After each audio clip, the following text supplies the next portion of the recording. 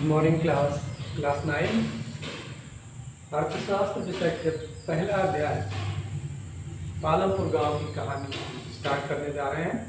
प्यारे बच्चों, इस अर्थशास्त्र विषय में आपको विभिन्न प्रकार की ऐसी गतिविधियां जिससे हम इनकम करते हैं या फिर आय के कुछ स्रोत के बारे में हम क्या क्या करते हैं उनके बारे में हम पढ़ते हैं।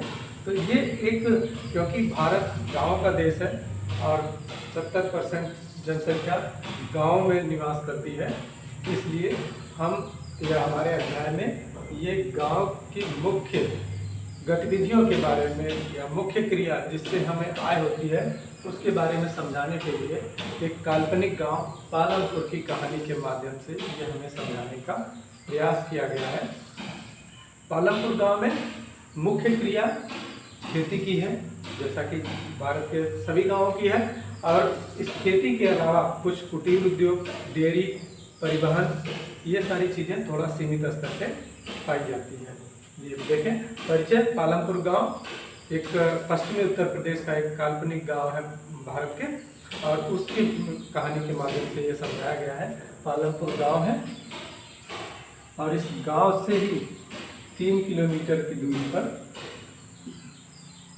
एक इससे बड़ा गांव जो कि रायगंज है।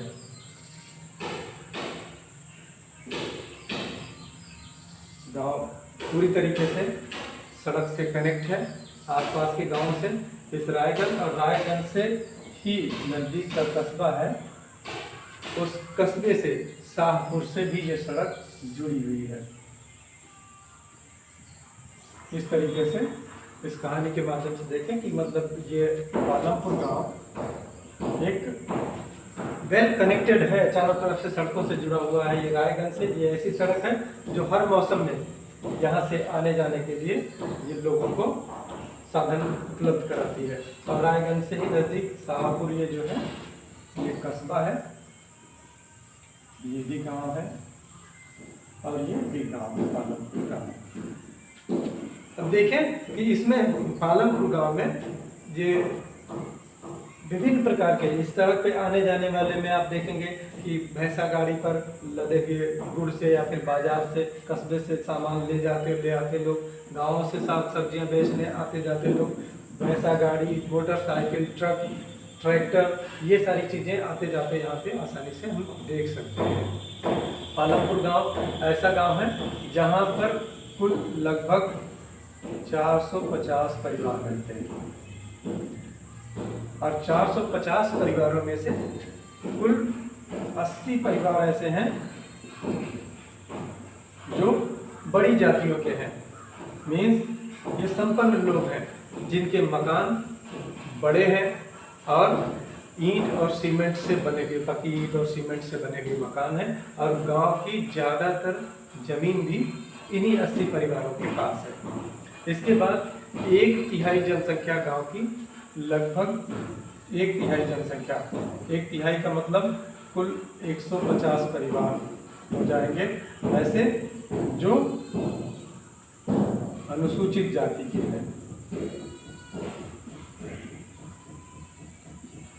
अनुसूचित जाति के लगभग 1/3 जनसंख्या अनुसूचित जाति की है, और अनुसूचित जाति के लोग वो लोग हैं जो गांव में ही एक किनारे, उनके मकान बहुत छोटे छोटे मकान हैं, कच्ची मिट्टी और घास फूस से बने हुए इनके मकान यहाँ पर देखने को मिलते हैं। पूरे गांव में बिजली की सुविधा है, बिजली के नलकूप, ट्यूबवेल बिजली से ही चलते हैं।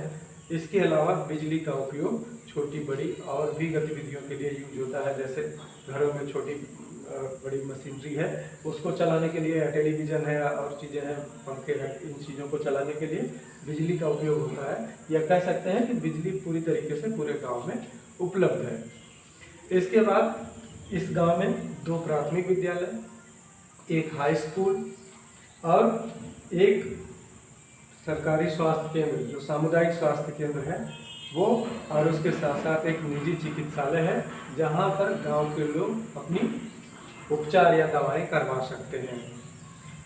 इसी के साथ हम देखें तो ये गांव के बारे में एक छोटा सा खाका आपको तैयार हुआ।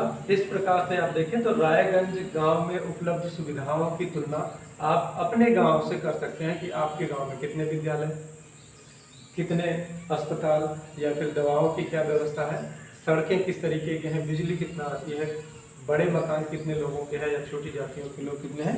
इस तरीके से कंपेयर करेंगे और इसके बाद हम देखेंगे कि गांव में कौन कौन सी उत्पादन की गतिविधियां होती हैं। अगर उत्पादन की गतिविधियां देखनी है तो उत्पादन का संगठन हमें देखना होगा कि उत्पादन का संगठन कैसे होता है। उत्पादन का उद्देश्य ऐसी वस्तुएं और सेवाएं उत्पादित करना है जिनकी हमें आवश्यकता है। अपनी जरूरत के लिए सेवाओं और वस्तुओं को उत्पादित करना ही उत्पादन का उद्देश्य होता है। वस्तुओं और सेवाओं के उत्पादन के लिए 4 चीजें मुख्य रूप से आवश्यक होती हैं। पहली आवश्यकता होती है भूमि और अन्य प्राकृतिक संसाधन। जैसे हमें कोई उद्योग लगाना है तो कहाँ पे लगाएंगे, उसके लिए जमीन की जरूरत होगी और उससे फिर प्राकृतिक संसाधन की जरूरत होगी कि उसके लिए हम बिजली, पानी, इन चीज़ों की आवश्यकता होगी। दूसरी आवश्यकता होती है श्रम की, कि उसको करने के लिए मेहनत की जरूरत होगी, लोग होंगे। और श्रम ही 2 तरीके के, स्किल्ड और अनस्किल्ड, या फिर कह सकते हैं कि जो लोग पढ़े लिखे शिक्षित हैं वो, और फिर इस तरीके के मैनुअल लेबर या मेहनत करने वाले लोग। ये 2 तरीके के श्रम की भी जरूरत हमें उत्पादन में पड़ती है। तीसरी मूलभूत आवश्यकता होती है भौतिक पूंजी की।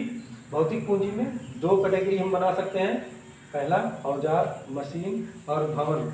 जिस तरीके की हम उद्योग लगा रहे हैं उसमें किस तरीके की मशीनरी की जरूरत होगी, कौन कौन से टूल्स टेक्निक्स लगेंगे और बिल्डिंग होगी। और इन तीनों को हम एक साथ कह सकते हैं अस्थाई पूंजी, जो कि एक बार नहीं कई सालों तक उसका उपयोग हो, ऐसी पूंजी को हम अस्थाई पूंजी कहते हैं। फिर कच्चा माल की जरूरत होगी, जैसे जो भी प्रोडक्शन का काम हम कर रहे हैं उसमें रॉ मटेरियल और नगद पैसे की जरूरत होगी, नगद पूंजी। कुछ रॉ मटेरियल जैसे बुनकर है उसको अब कॉटन की जरूरत है तो वो खरीदेगा, उसके लिए उसे पैसे की जरूरत होगी, उसके बाद उससे वो कॉटन से धागे और कपड़े बना करके बेचेगा। तो ये दोनों आती हैं भौतिक पूंजी के अंतर्गत, एक अस्थाई और दूसरा नगद। और फिर चौथी आवश्यकता होती है मानव पूंजी की। मान लेते हैं हम कोई उत्पादन कर रहे हैं, बहुत अच्छा हो रहा है, लेकिन उसको खरीदने वालों की भी जरूरत होगी, तो वो होगा मानव पूंजी। या फिर उसको तैयार करना, उसको ट्रांसपोर्ट करना, उसको पैकेजिंग करना, इन सारी चीज़ों के लिए हमें मानव पूंजी की जरूरत होती है। इस प्रकार से हम देखें तो उत्पादन के संगठन में चारों में से मानव पूंजी विशेष महत्व रखती है।